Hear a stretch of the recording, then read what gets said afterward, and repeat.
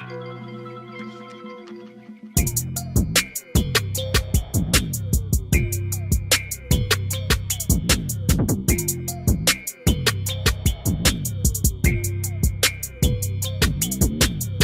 guys, welcome to another episode of the IDP podcast. I am excited today because we've got Mike Yates, the COO, correct, Mike? COO? Yep, Of, COO. COO of the Guide app. Now, for those of you guys that don't know what the Guide app is, he's about to educate y'all. And now, if you're seeing the video portion, you're seeing me in a Hawaiian shirt with the USA flag. It's July 2nd here, so I'm going to Hawaii on Friday. So I decided, you know what, let's do a special edition, laid back kind of version episode. So I'm not in my traditional sports coat and everything, but you know what? Doesn't matter because this content is going to be on fire. So, guys, I want everybody to meet Mike. Mike, man, how you doing today, my friend? I'm doing really, really good. Hey, man, you know, if you're going to Hawaii, you should definitely go. Are you going to Maui? No, we're going to the Big Island. We went to Maui last time. Oh, man, there's this awesome restaurant that my friend owns called Roots in Maui. I've been telling everybody to go there. It's awesome. All right, well, you hear that? Roots, guys. If you're going to Maui, you need to go check it out. I'll check it out next time, man. So for it's our 5th year anniversary, and my wife has put up with me for 5 years now for some reason, and so it's like, all right, I gotta take her somewhere nice to kind of celebrate. So that's why we're a little bit kind of laid back today. But yeah, Mike, let everybody know a little bit about yourself, your history, man, and what you do. Yeah, man. So I am the COO and one of the co-founders of Guide. Guide is a social e-learning app that is geared towards teaching high school students life skills. So we noticed that there was a big life skills gap, both in the workplace and in college and universities, and so we decided to do something about it. I am a career educator. I've been working in education since before I even graduated from college. I started working at 18 years old as a part of the TRIO or Upward Balance program, creating like innovative education options to get low-income students to colleges and universities. Moved into some nonprofit work, went to the actual classroom teaching role, and then decided that, like, number one, I wanted to make money in this field, and number two, I don't have to be a classroom teacher forever. So I got out and I started doing what I'm doing now, which is innovating the system. I'm creating a new model of school, and we're creating this app. I love it, man. You're disrupting the education industry. That is great because there's a post I want to allude to, which you were telling kind of different ways of learning that you posted a couple of days ago, and it just hit me hard because one size does not fit all. Right. And I know several students. I know for me, I'm a very visual learner. I need people to show me how to do it. Where if I have to sit there and read it, I have to read it 3 or 4 times for it to sink in. And even then, I don't think it sinks in all the way. But no, that's great, man. I think that's awesome that you're doing that, and that the fact that you're, again, disrupting that industry, because that's what I'm trying to do with the accounting industry. Is it's very old school mentality. It's been done this way for so long. Why? I guess the question is why? Why can't we figure out a different way? Why can't we approach it a different way?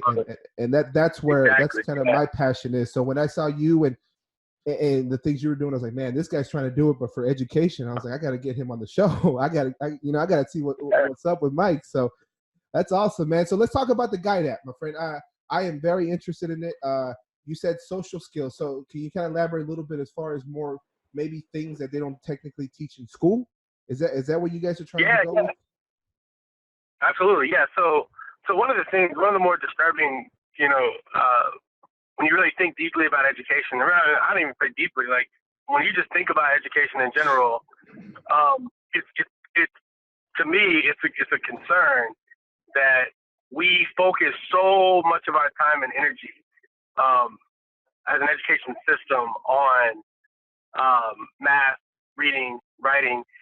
And once you get past a certain level, those things don't necessarily, I won't say they become irrelevant, but like how many people really use multivariable calculus in their real life, or how many people use AP biology like in everyday life?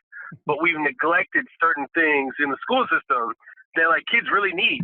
Like kids should know the difference between credit and a credit card and a debit card. Kids should know how to open up an online banking account, right? And those are things that we're not teaching in schools. So guides seeks to step in and teach those things. But moreover, there are other skills like creativity, like communication, that like map to success really, really well in the real world, but are not being taught in schools. And so, guys, we plan to step in and teach those skills. Oh, I love it, man. That is awesome because that is definitely something that is lacking. I got out of college, or even college, I would say, but I got out of high school. I didn't even know how to balance a checkbook. I had to do that. I had to learn kind of on my own after I Yep. bounced a couple checks, and so, different things like that. Now in my Yep. career, I'm starting to do some public speaking and everything.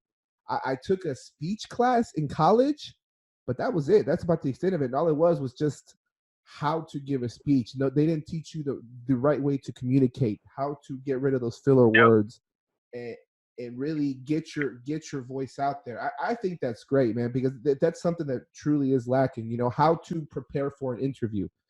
I had no idea how to do it when Yeah. my first interview, coming out of high school, went to go work for waited tables at Chili's. I just kind of showed up and, hey, man, I want a job. Nobody told me I had to dress Yeah. up nice. Nobody told me anything. Luckily, I knew someone there, so I was able to get the job. But yeah, I mean, those are skills that aren't really being taught to students in the school districts. Right. Yep. Absolutely true. Yeah, no, that's great, man. I think that's awesome that you guys are doing. So, I know. So you're one of the co-founders. Do you want to talk a little bit about the rest of your team and kind of what you guys are building? Is it going to be a mobile app that you guys are going to have? Yeah. Okay. Yeah, so we're going to be we're building a mobile app. Our team is super interesting because we're spread all over the world. We also are the umbrella organization for one of the largest communities of people online who want to be mentored, which is called Mentors and Mentees. That is a community that's like 10 to 11,000 people on Facebook and LinkedIn. And so our CEO and one of my other co-founders, Tim Salau, he started Mentors and Mentees when he was in grad school. And our CTO, Taban Cosmos, he is a developer for Dragon Chain. And the way we came together is that all three of us were basically talking about the same thing at the same time on the same platform. And we noticed each other, connected with each other through LinkedIn, and eventually Tim was like, bro, Mike, like, I'm going to call you. We got to talk. We talked about what the future of education looked like, what the future of work looked like, and how we could do something about combining the two and bringing them together. And Guide was born on a phone call. Tim is in Oakland, I'm in Austin, and Taban is in Seattle. Our community leads in Germany. We've got somebody in Dallas. We got somebody in East Lansing, Michigan, right? So we're truly, we're truly living the future of work. We've all never even been in the same room before. We're doing this all remote. Yeah. So we're building this mobile app without seeing each other. That's awesome, man. And I love that you said that on LinkedIn. I've actually developed some really strong strategic partnerships through people that I've met on LinkedIn, and I've been able to meet them at conferences or things like that. Different events, and some I haven't even met either. I mean, there's one that I'm working very closely with. We're working on a pretty big project, and we haven't met in person yet. But it's a lot of phone calls, a lot of texts, a lot of video chats, and everything. And I love it, man. That's why when I saw you guys, the future of work, and that to me, I love it because that's something that we're trying to get out into the accounting industry and just into the industry as a whole. You don't have to necessarily have staff in-house. You can have staff remotely around the world. You just have to, one, trust them, and two, make sure you hire the right people, because if you hire the right people, you're going to be able to trust them. They're going to get the work done, and you can still work just as efficiently, if not more, with a remote staff than you can with having everybody in the same house. And your talent pool opens up from being geographical to worldwide. Absolutely. And so you can, I mean, there's all. Go ahead. No, go ahead. So I was gonna say there's all these studies that are coming out now, like Fortune 500s, Fortune 1000s are saying like, hey, like you might as well go work remotely because I'll get more out of you. Like I'll get more production. So yeah, working that's totally the future. Well, I'll tell you this, man. So for me, I've got a remote staff at my company. I've got Morgan, who's a stay-at-home mom. And she works on her time. She works on her time. She came from a very impressive background, has a MIS degree from UT. Some very, very impressive experience and background, but decided to stay at home. A lot of parents do, and that's a very commendable decision. I think it's great. But maybe they're ready to kind of get back into the workplace, but not necessarily full time, maybe a part time position. This works out perfect because I get, with her, I get access to her, who she's again very knowledgeable, one of the best workers I've ever seen. She's amazing, and I give her the flexibility to be able to, hey, I just need it by this date, get it done to me whenever. So I'll get Slack messages 2, 3 in the morning sometimes when she's up with the kid working, and it's just, hey man, you do you. I want to give you, I want to empower you to be able to work and to be able to essentially, do this, grow yourself professionally, and at the same time you're helping me kind of grow my business and go. So it's a win-win for everybody. Yep, absolutely. No, I think that's great, man. I think that's awesome that you guys are doing that and how you guys connected. I mean, this was built on a phone call. I love it, man. People don't understand. Social media is a very powerful tool. I get a lot of people that get onto me. Why do you post so much on social media? Why are you always talking on social media? And I tell them, guys, social media is very important. Like, this is the future. This is how you make connections now. All of like I said, my strategic partners have all come from meeting them on social media, Instagram DMs, LinkedIn messages. Hey, I like what you're doing. You're posting about the same stuff. Like you said, you and Tim, you guys are posting about the same thing. Let's come together. Why don't we try to, there's a need here. Let's solve it together, because working together, you guys can accomplish a lot more than working against each other. Absolutely. Yeah, so that's something I preach, man. Collaboration versus competition, because we can compete. Yep. I mean, I'm sure you and Tim could have gone out there and started 2 different things and competed with each other, but why? Exactly. Why? Whenever you two can produce a good product, but together you guys can produce a great product. Yep. That's exactly it. Yeah, man, that's something I'm trying to preach to this industry, and just overall is getting away from that aggressive mentality of, oh, well, I'm going to badmouth you to try to get new clients, or I'm going to talk bad about you, or I'm going to whisper in this ear. No, man, we don't need all that. There's enough business to go around for everybody, and the fact that you guys are focusing on the high school youth, I mean, that's very important, because I'll tell you this. I had a cousin who, once he graduated high school, he came to me. He was like, hey, can you teach me how to be a man? I'm like, well, what do you mean by that? What defines being a man? He's like, well, I don't know how to change a tire. I don't know how to do anything. I don't know how to fix a leaky sink. I don't know how to do any of that. And I was like, well, one, that doesn't define you as a man. That's not the definition of a man. But if you want to learn those kind of trade things, I'd be more than happy to help. And so I did. I taught him how to change a tire, just kind of little things, how to tie a tie, things like that you again, you don't learn in the school system. You learn how to 1 + 1 = 2, but then you don't know how to apply that in real life. Yep, absolutely. So that's great, man. No, I love it. So I do want to talk a little bit about entrepreneurship, and I love the fact that, like you said, you were in the classroom teaching. You decided that you want to do something else. So can you kind of walk us through that? What how you came to that decision, and just I guess what made you come to that decision?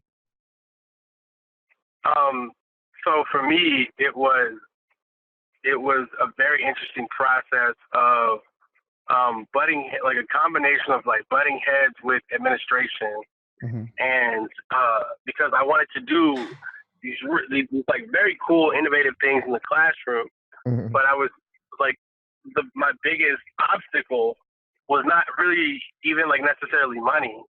It was administration letting me do them, and I would tell them like, hey, I've got this grant. I've got this donation, like I want to do this with it. And they would say, oh, no, we can't really facilitate that right now, like things like that.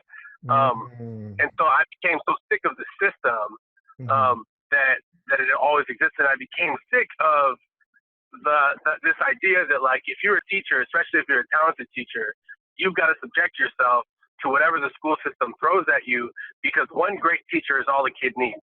Mm-hmm. And I believe that that's true, right? Like a great teacher changed my life, but I decided for me, like I'm going to get out of this and I'm going to go at this from a societal level. Like I'm going to introduce other options that are so great that it makes people turn their nose up at the traditional system and Mm-hmm. go do something that truly is working, innovative, and accessible for everybody. So, for me, it was just being tired with the system, and process wise, I actually found myself at a school with a team of people that believes the same, and we're currently building a new model of school. The school is called Alpha, Mm-hmm. and at Alpha we use adaptive learning software to accelerate the learning process. So our kids only do academics, so math, science, reading, writing. They're only doing that for 3 hours a day. The rest of the day is spent learning life skills, all those things that we just talked about that the Mm-hmm. traditional school system can't teach. We're doing that at Alpha at a staggering rate. And more than that, we are not only doing it, but we're doing it with a high level of excellence and execution. Every kid in our building is in the 90th percentile of their grade level. Wow, that's amazing, man. Yeah, yeah. So, like, I used to say, like, oh, school should be like this, school should be like this. And I would have these veteran teachers that have been beat down by the system, and they would say, yeah, sure, maybe, but that will never happen. And now I'm like, no, like it's happening. Like, and it's gonna be, it's gonna scale. School's gonna change forever. But for me, like once I got out of the traditional school system, I got with this team of people. Most of the people that I work with on a day-to-day basis are not actually, they don't have an education background because Mm-hmm. sometimes it takes the eyes outside of your industry to really change things. Um, and so I'm working with a lot of CEOs, a lot of ed tech companies, a lot of just straight up technology software. And once I found that that world existed, because I quite honestly didn't know before, Mm-hmm. I realized like, this is where I belong, and there's a lot that I've been missing. So I just went full force into the entrepreneurship. Love it, man. I'm gonna tell you right now. I'm gonna take that quote you just said, and I'm gonna spread it through all my social media. I'm just gonna set it on repeat every day. You don't have to. You guys brought in people that don't necessarily have in the same industry experience in the same industry, and I think that's great. I think that is awesome. That to me is the future. Is bringing a fresh set of eyes with something else to be able to into this industry. I love that, man. That is amazing because that's too many people are pigeonholed. That you have to be this is your path, and you have to stay here, and we have to stay. We have to stay in our lanes. No, we don't. No, we don't. Right.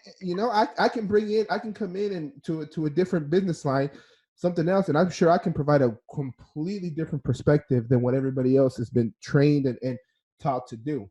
And I could be Absolutely. completely wrong and not work, but it also at the same time can be completely right and maybe work a lot better than you thought it was going to be. Yeah. Yep. Absolutely. Yeah, I love that, man. Yeah, that's something that at least I see here. I was having a discussion with some of these more veteran accountants, and I was telling them we were having a discussion about education. College degrees, and everybody's like, well, you have to go get your accounting degree, and then you have to get your master's in accounting. And I'm just like, no, you don't. I mean, with the Right. advent of technology and what's going on now, I was like, you can be just as strong, if not a stronger candidate with an IT background, and then just Yep. go back, get your accounting classes you need, and you're good to go. And I was like, and you're a double threat at that point, or a Absolutely. or a full stack developer. Go learn how to code, and then you come and do accounting, and now you can code and do accounting. Same thing. You've got a problem that you see out there. You can build the solution out yourself because you understand both sides of it.